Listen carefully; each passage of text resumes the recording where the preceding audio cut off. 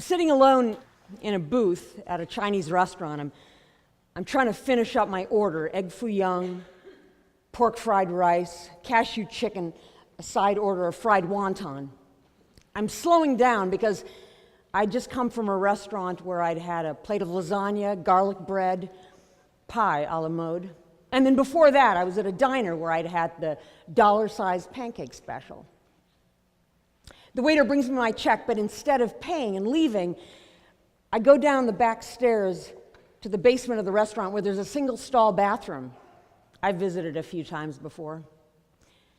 I lock the door, I turn on the faucet, I turn off the light, because I want to block out as much of the outside world as I can, and then I start trying to purge.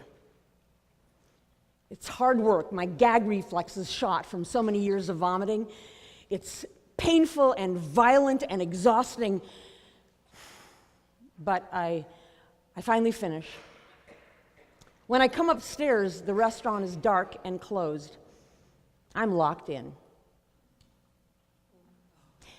Now, most people, many of you I'm sure, would find that situation so humiliating, you would do everything in your power to prevent it. Not so much with food addicts.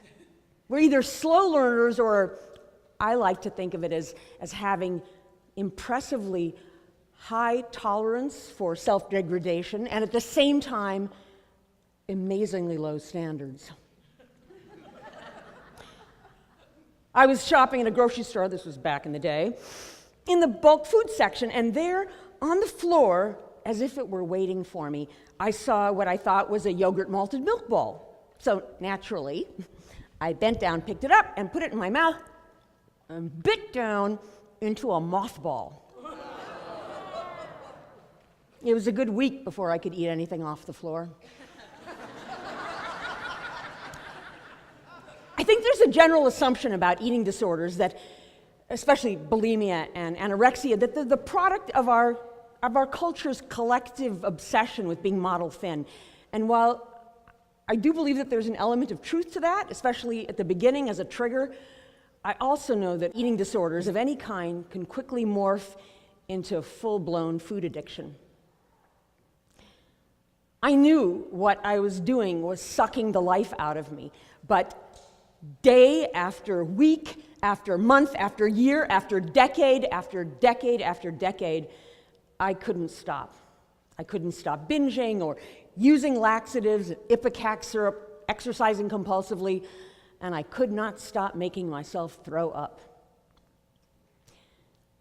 Sometime in my early 20s, this is maybe 10 years into the bulimia, I noticed something odd happening to one of my teeth. It was my right front tooth, which actually was a crown dating back to third grade when I chipped my tooth on a teeter-totter. That tooth seemed to be growing longer and whiter. Actually, obviously, the rest of my teeth were just getting shorter and slightly translucent. Years of stomach acid had worn off all the enamel off my teeth, and so basically, every time I chewed, which is a lot because I'm a food addict, they were just chipping away.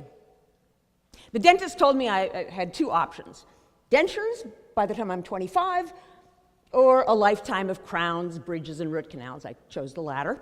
And before long, found myself in the dental chair for the better part of a day while the dentist filed my teeth down to little spikes. Then he fitted me with a little plaster mold, temporary, I was to wear for 3 weeks until my crowns were done. I left his office, and the thought occurred to me that corn nuts would taste really good. Yes, exactly. I bit down, broke the mold in half. I was living in New York at the time, trying to make it as a dancer, but barely making rent as a apartment cleaner. And wasn't going so well, but then I got a call from a new guy, a guy who I found out was opening a Ferguson's cookie franchise. I couldn't wait to clean out his apartment. Showed up there, he showed me around, and then left for the day, and I immediately went right to the kitchen. Not to clean it, of course, but just to scope it out. Checked out all the cupboards and then the refrigerator and then the freezer. And to my delight, found 4 large canisters of Ferguson's cookies, clearly branded Ferguson's cookies, so I knew that they were chocolate chip, macadamia nut, oatmeal raisin, because they're healthy, and shortbread. So I helped myself to a couple of them, about the size of my hand, and parenthetically, the guy did not say before he left, "Oh, and Kathy, do help yourself to my private stash of cookies." But I ate a couple and then started cleaning his collection of wooden hand-carved elephants and giraffes, and then I'd go back to the kitchen and have a couple more of the cookies, and then I'd go back to cleaning. This went on for about 45 minutes. I don't know how many cookies I ate. And then suddenly, the whole room started to tilt. And then I heard what sounded like the Mormon Tabernacle Choir, which was odd because this is New York. And then it felt like the top of my head was exploding and the front of my face flew off.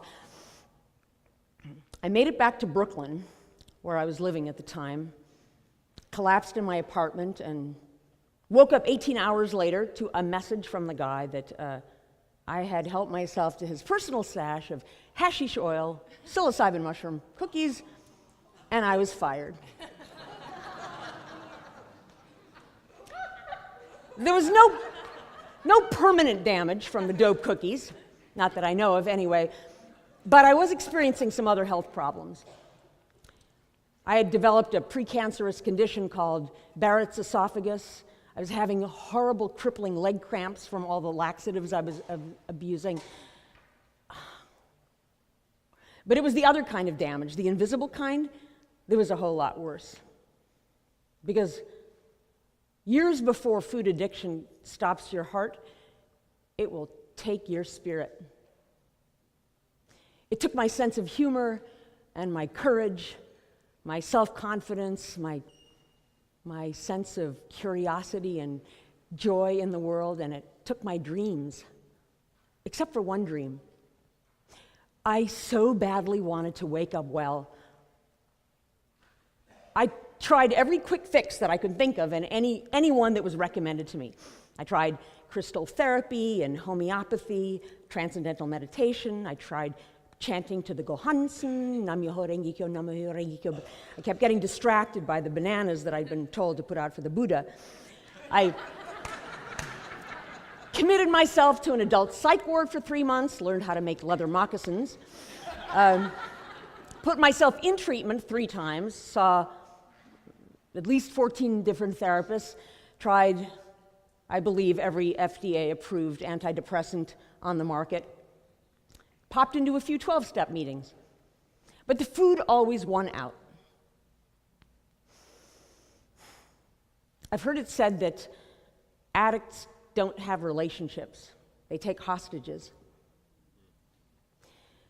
I fell in love with a wonderful man and managed to hide the worst of my eating disorder from him until we got married. So here's what it was like for Bob for the first 6+ years of our marriage. If I knew he was going to be out for the evening, I would start binging in the afternoon, fully intending to finish up before he came home. At some point in the evening, I'd realize that that was unrealistic. So I'd put a Post-it note on the outside of our back door that would say, "Hi, love. I'm in the basement again. Really sorry. Love, Kathy." About 11 p.m., Bob would come downstairs, knock on the bathroom door to let me know he was home. And then he would ask me in a way that always broke my heart, couldn't you just come upstairs? Do you have to stay down here and do this? But I always did. I always did. By the time I'd crawl upstairs, it was usually 4 a.m. I've also heard it said that bottom is when you stop digging. I don't know what happened 10.5 years ago, but I put down the shovel for some reason and decided to give the 12-step meetings one more chance. It was a pretty low investment, $3-5 a meeting. I had no idea that these people would save my life. So here was this fellowship of oddballs and misfits. Some of them are out here right now.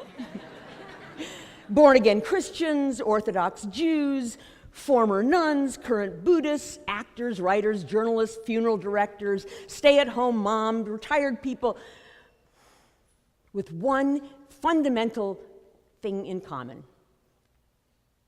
Just like me, all broken in the head around food and eating and body image.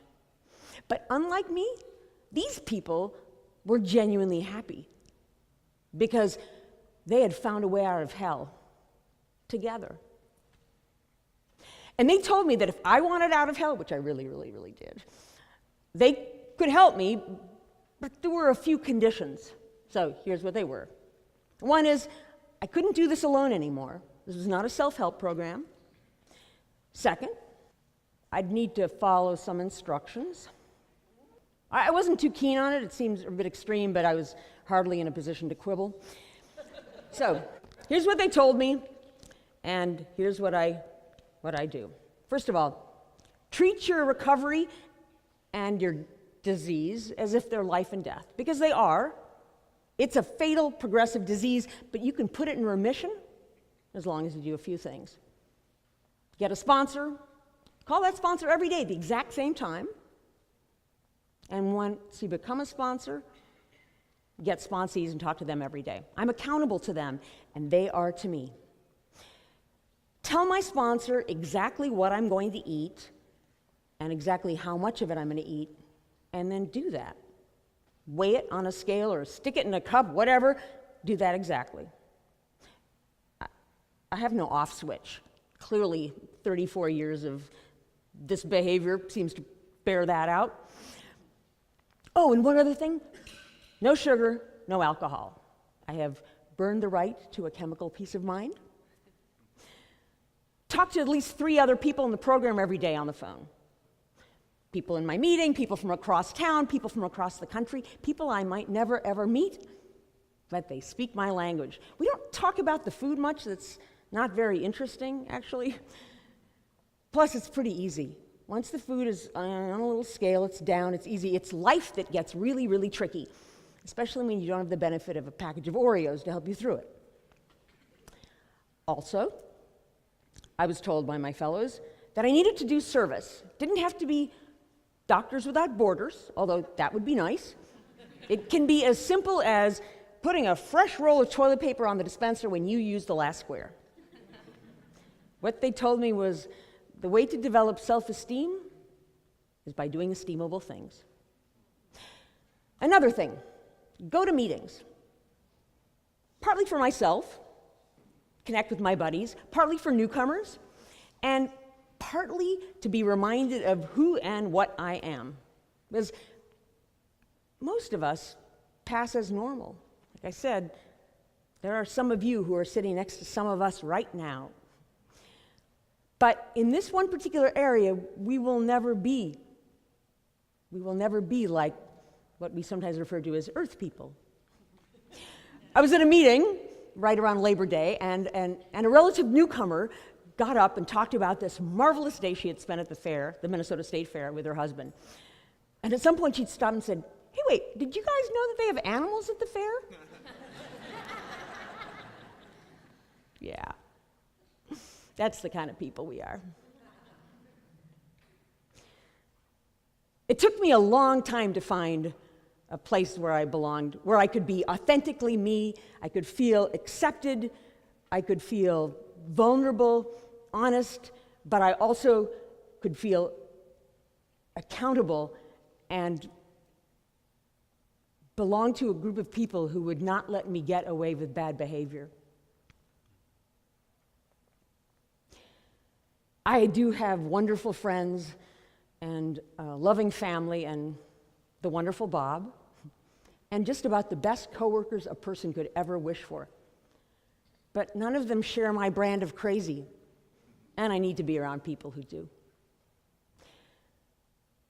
If that is something that is missing in your life, like just people you can be your authentic self with, people who hold you accountable and trust you as much as you trust them, I I encourage you to go find those people, because I believe that they need you as much as you need them. Not just that they can help you navigate this complicated thing called life, but because they will help you feel useful, of purpose in the world. And I think for me that's been the greatest gift of recovery, is feeling like that I matter in the world, and that I can give back what I have so generously been given.